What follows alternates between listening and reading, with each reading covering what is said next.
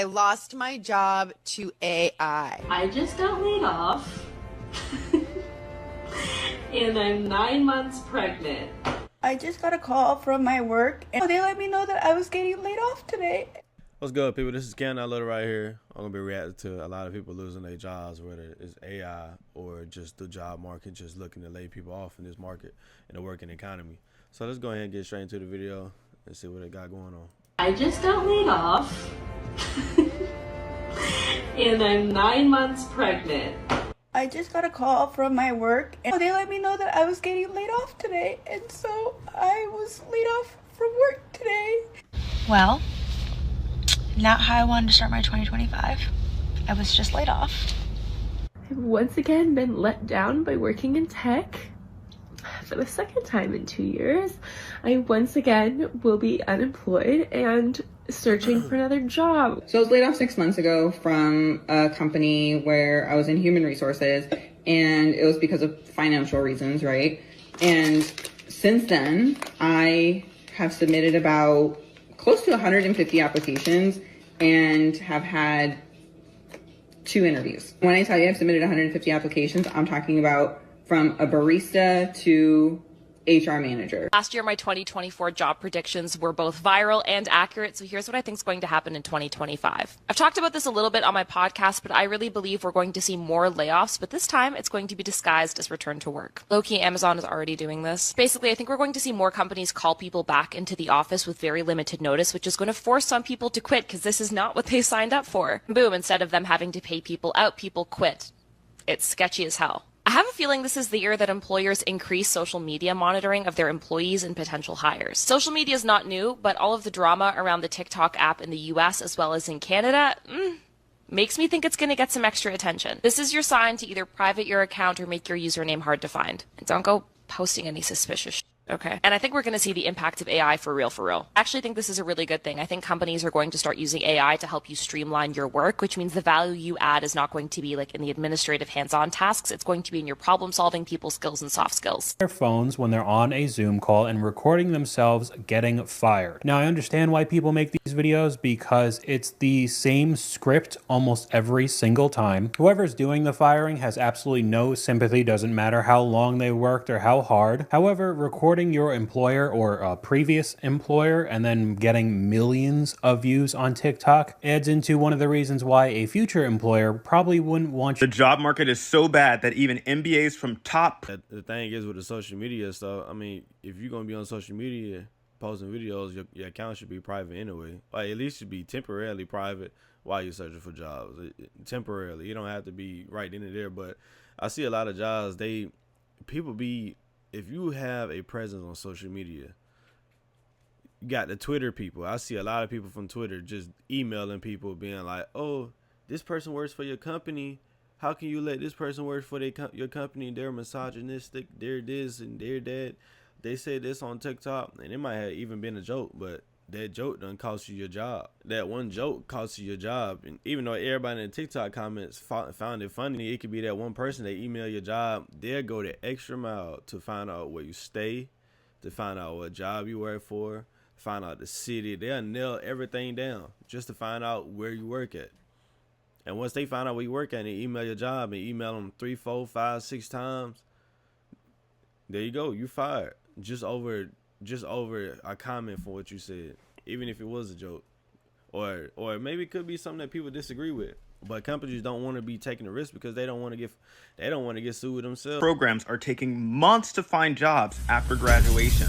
Approximately 1/4 of all Harvard MBA graduates have not been able to find a job more than 3 months after graduating. This is an all-time record high. Just 2 years ago, that number was only at 10%.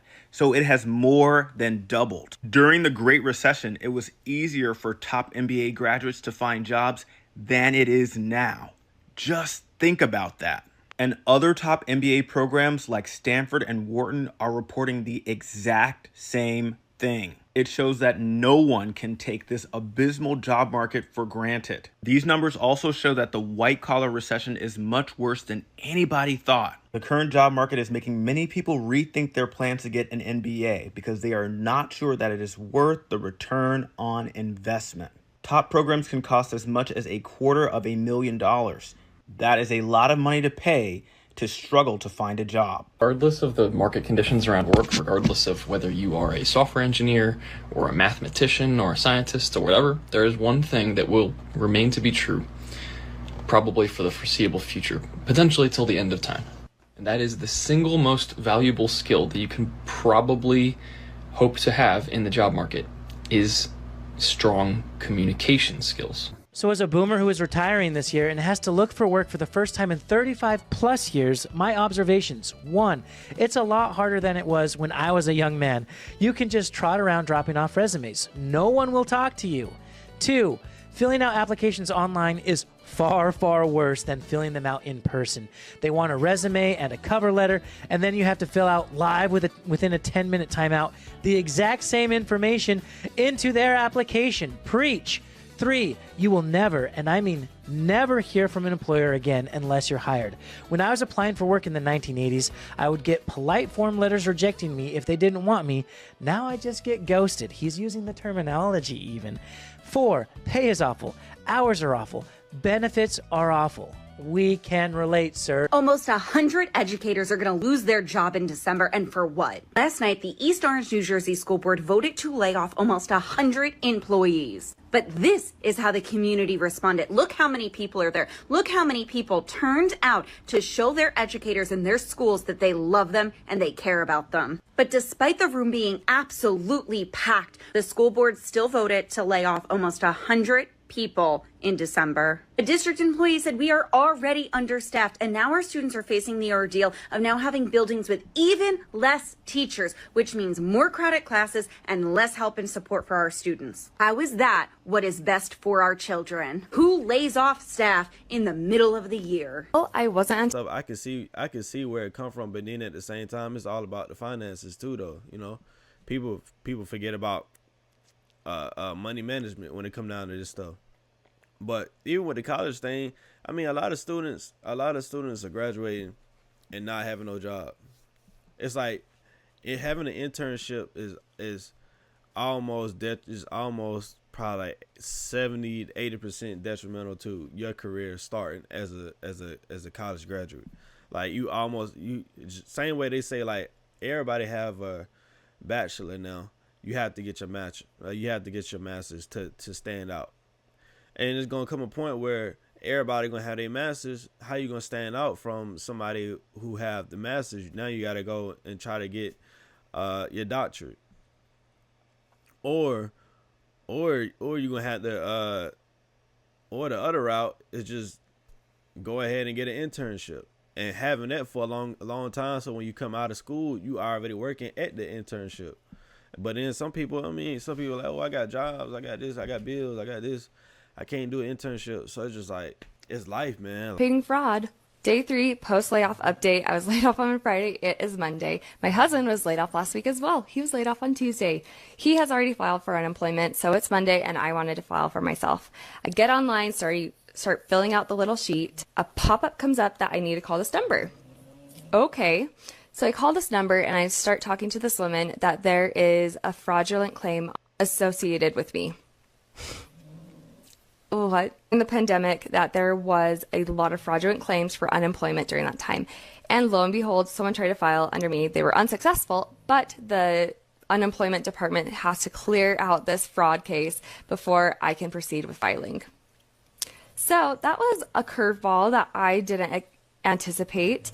And if you find yourself in my shoes, it happens. They say that it should take about a week to clear up, so I'll keep y'all updated. I had a meeting with my boss for about an hour about how I'm kind of a useless employee and how I need to be trying harder, even though I work literally every freaking day. Literally, I stay late. Like, there are days where I can't even film or do anything after work because I just work all...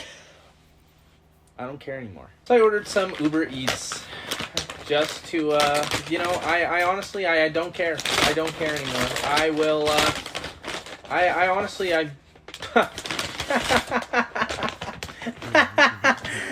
if you can choose any other, field of work, don't choose finance.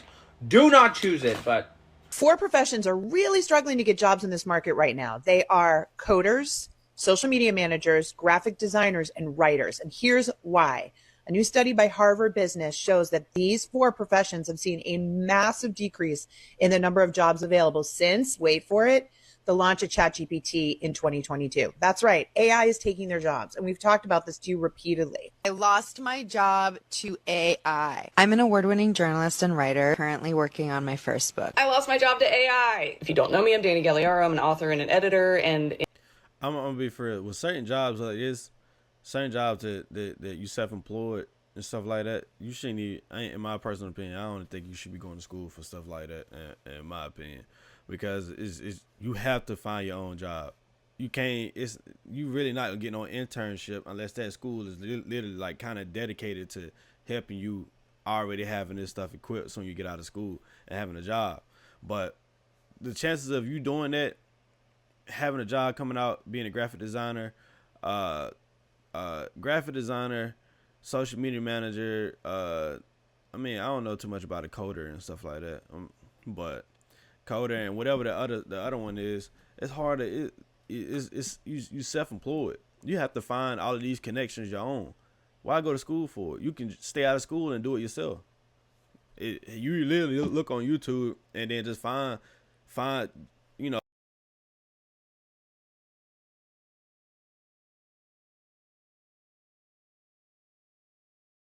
18 making $200,000 a month.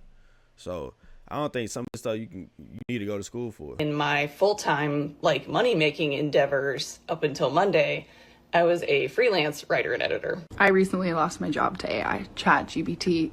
I'm a copywriter, and small businesses basically realized that that service is less expensive than hiring me, even though I don't make very much money. All right, you guys, AI is taking over all of data analytics jobs. I know I said before that AI was not taking over data analytics jobs, but I've changed my mind. It 100% is. This is a huge bummer for me because I love working from home. I love working with data. I love my job, but I've just kind of accepted that this is the new reality. So the best advice that I can give for you is to just not even apply. Whatever you do, don't apply for that data analyst job, especially if you meet all of the qualifications. And the few people who do end up applying for those data analyst jobs are going to feel really silly. Freelance writer losing his job to AI, and right under it is an AI summary of the YouTube video, so you didn't even have to watch the whole thing. Just the irony.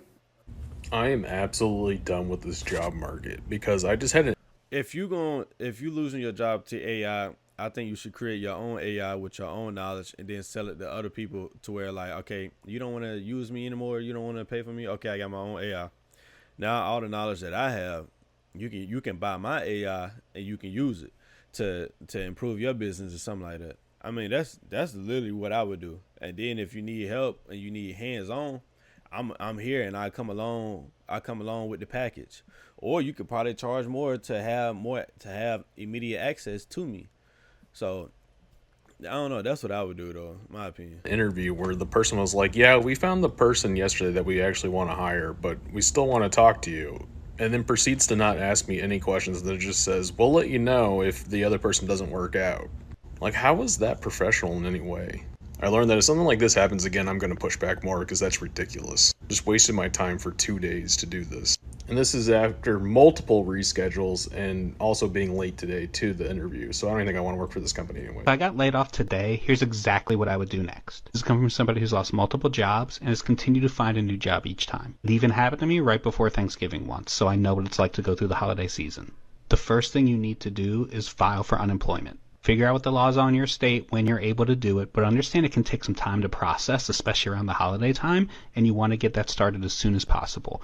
The second thing I would do is brush up my LinkedIn page, update your description, update your latest role. Next, obviously, I would update my resume, make sure it really speaks to my strengths, make sure it leads to what I've done most recently in my role. And that's when I dive into the search after that. Things are going to slow down at holiday time. Hiring does still happen, but it happens less. So this is your time to really prepare and make sure you're making that great first impression. Then I would make my post on LinkedIn. Your post on LinkedIn is not about the company that laid you off. You do not need to thank them for their time. I am looking for a new position after a layoff. I am looking for this type of role. I bring these types of skills to the table. These are the types of companies that I would do best in.